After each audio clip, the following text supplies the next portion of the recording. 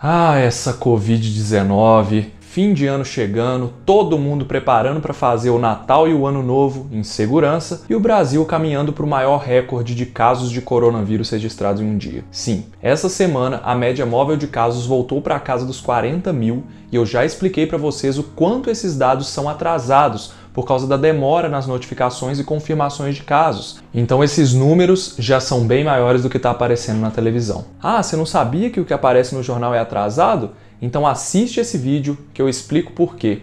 Mas o motivo que me estimulou a fazer esse vídeo aqui é outro. Eu fico pensando, cara, são mais de 40 mil pessoas todos os dias que de repente começaram a ter febre, tosse ou que às vezes tem só uma dor de cabeça. Eu fico pensando a quantidade de gente que já deve ter feito a famosa pergunta: será que é coronavírus? Nesse vídeo eu vou te explicar quais são os sintomas que realmente aparecem quando alguém está com Covid, quando você deve procurar o hospital, o que nesse momento em que as UPAs estão bem cheias é um tanto quanto perigoso caso você se exponha sem necessidade, e vou te falar também quanto tempo depois que você teve contato com o vírus que esses sintomas vão aparecer. Então se você gosta de aprender sobre ciência e quer me acompanhar nessa jornada de divulgação científica, eu te convido a se inscrever no canal e também entrar lá no chat do Telegram. A gente está produzindo muito material legal que às vezes não vem aqui para o YouTube, mas acaba indo para o Telegram e também para o nosso Instagram. Bom pessoal, muita gente vai se perguntar por que eu não fiz um vídeo sobre sintomas de Covid antes. Aqui no canal a gente sempre pensa no melhor momento para lançar os temas do vídeo, e eu confesso para vocês que esse tema de sintomas de Covid demorou porque já tinha muito material de boa qualidade por aí, e eu pensei que talvez fosse redundante falar sobre algo que eu pensei que já era suficiente. Mas aí um belo dia a gente se deparou com isso aqui. Olha isso, esse é o site do Google Trends que monitora as tendências de pesquisa de qualquer termo que você pesquisar. E nesse caso eu coloquei sintomas Covid. E veja como que o gráfico de pesquisa sobre sintomas de Covid está tendo um aumento agora. Ou seja, as pessoas voltaram a se preocupar muito com os sintomas da Covid e talvez tenha tanta gente precisando de respostas que o material que existe por aí talvez não esteja chegando em todo mundo. E tem outro detalhe.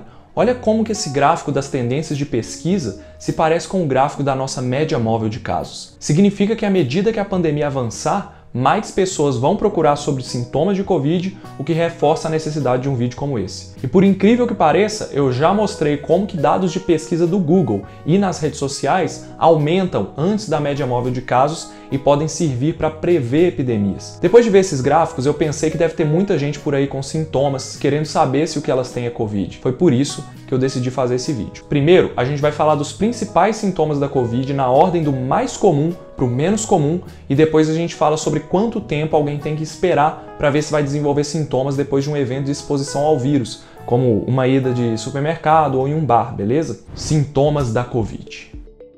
Bom, parece meio óbvio falar que a Covid causa sintomas respiratórios como tosse e falta de ar, não é mesmo? Mas será que esses sintomas são os mais comuns? O estudo mais completo que eu pude encontrar sobre esse tema analisou outros 148 artigos científicos que juntos somam dados de mais de 24 mil pacientes de Covid e viu quais que eram os sintomas que apareciam na maioria das pessoas. E em primeiro lugar temos a febre. 78% das pessoas apresentaram febre, que costuma aparecer nos primeiros 5 dias depois da infecção. A febre nada mais é do que uma resposta do nosso corpo à presença de substâncias inflamatórias liberadas durante o combate a um corpo estranho. No caso do coronavírus, a nossa resposta imune, ao tentar combater o vírus, ela produz alguns mediadores inflamatórios que, como consequência, aumentam a temperatura do corpo. Existem sim pessoas que não têm febre, e isso é importante para todos os sintomas. Nós não sabemos exatamente quem vai e quem não vai ter um sintoma ou outro. Aqui a gente está falando de probabilidade. O segundo sintoma mais comum é a tosse. E a tosse seca acontece mais, em cerca de 58% das pessoas. Mas ela também pode vir acompanhada de secreção, que acontece em 25%.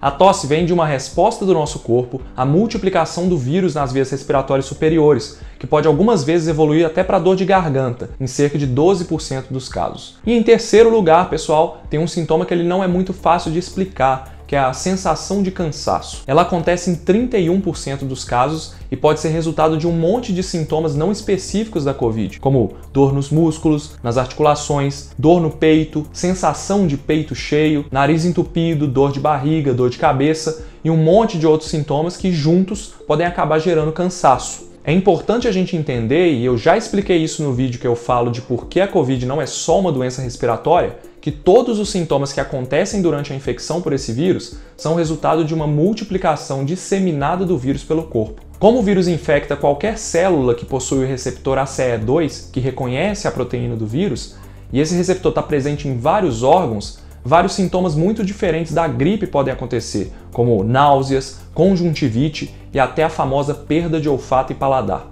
Essas são manifestações que parecem estar relacionadas com a multiplicação do vírus no sistema digestivo, nas glândulas lacrimais e no sistema nervoso, principalmente na parte que é responsável por reconhecer cheiros e sabores das coisas. A perda do olfato e paladar é um sintoma tão comum que a cada 4 pessoas, uma parece ter algum tipo de problema com isso. E a lista de sintomas não acaba por aí. Nós temos falta de ar, que acontece em 23% das pessoas, chiado na respiração em 17%, dor nas articulações em 11% dos pacientes, tonturas também em 11%, diarreia em 10% e 11% das pessoas ainda têm confusão mental, que é uma sensação de pensamento vazio. É como se você estivesse tentando concentrar em alguma coisa e o pensamento vai embora. Você não consegue ter raciocínios muito complexos. Galera, é uma doença bem complicada, né? Sobre a falta de ar, é muito importante diferenciar uma falta de ar causada por ansiedade da falta de ar causada por Covid. A falta de ar é uma sensação que a respiração está incompleta, a sensação de que você não está conseguindo puxar oxigênio suficiente. E isso é um sintoma grave que pode diminuir o que a gente chama de saturação de oxigênio no sangue. Isso pode fazer até a pessoa desmaiar. Uma saturação saudável é de 95% para cima. Menos do que 95% é muito importante você consultar com o médico, porque a Covid tem dado muita queda de saturação e às vezes a pessoa está se sentindo bem e nem percebe. Mas Lucas, como que eu posso saber a saturação de oxigênio do meu sangue? Para isso você vai precisar de um oxímetro. E eu estou deixando aí na descrição do vídeo um link que você vai conseguir encontrar aí um oxímetro, que é um aparelho que mede a saturação de oxigênio no sangue e também os batimentos cardíacos. E esse modelo aí do link é um dos que eu tenho certeza que tem a certificação da Anvisa e do Inmetro, o que é essencial vocês pesquisarem, beleza? Eu já vi farmácia vendendo oxímetro a R$15 sem certificação, o que é um absurdo, porque esses modelos mais baratos vão te dar uma falsa sensação de segurança numa coisa tão séria. Então depois do vídeo, se você quiser, dá uma olhada nas opções que também tem lá no link, e se você quiser procurar um outro modelo, fique sempre consciente de procurar um produto que tem certificação, beleza? Bom, agora que a gente falou dos sintomas mais comuns, vamos falar de quando você deve ir no hospital. Por incrível que pareça, esse tema é bem polêmico, porque infelizmente algumas pessoas acabaram politizando a saúde pública. No início da pandemia foi recomendado que somente se você tivesse falta de ar que era para você buscar o hospital. Na época, essa medida foi tomada para não sobrecarregar o sistema de saúde com casos leves de Covid ou casos de pessoas com outros problemas respiratórios, como resfriado comum. A gente viu que a maioria dos sintomas de Covid são muito parecidos com o de um resfriado, como febre, tosse e até hoje, o que o CDC americano recomenda é que só se busque o hospital se você apresentar sintomas mais graves, como falta de ar, dor no peito persistente, lábios azulados ou dificuldade de se manter acordado. Todos sintomas característicos de alguém que está com problemas para respirar e com a saturação de oxigênio baixa. Bom, parece que os Estados Unidos continuam com a mesma recomendação que o Brasil adotava lá em março, não é mesmo? Mas aqui no Brasil as recomendações são diferentes. Sim, aqui no Brasil surgiu um tratamento que só existe aqui, em mais nenhum lugar do mundo, que é o tal do tratamento precoce, composto por uma série de drogas que não tem nenhuma comprovação científica que funciona. Segundo o Ministério da Saúde, eles deixam destacado no site deles que se você tiver sintomas compatíveis com a Covid-19, como febre, tosse, dor de garganta ou coriza, é para você procurar imediatamente o serviço de triagem dos postos de saúde ou as UPAs. Isso acaba produzindo o efeito que nós estamos vendo, uma aglomeração enorme de pessoas com um ou outro sintoma inespecífico que é muito semelhante ao resfriado, que não tinham necessidade de sair de casa e se aglomerarem por horas em um ambiente de altíssimo risco como é uma UPA. Eu, como biomédico, não posso te induzir a buscar ou não o sistema de saúde. Você tem que seguir as recomendações das autoridades competentes, que são a Secretaria de Saúde do seu município, do seu estado, o próprio Ministério da Saúde e, finalmente, a OMS. Se você tiver sintomas combinados e, principalmente, febre com tosse, que são os mais prevalentes, ou falta de ar, que é o sintoma mais grave, a chance de você realmente estar com Covid é bem mais alta e você deve sim procurar o sistema de saúde respeitando todos os protocolos de segurança. Lá você vai receber toda a orientação que precisa, beleza? E por fim, vamos falar de quanto tempo depois da infecção os sintomas aparecem.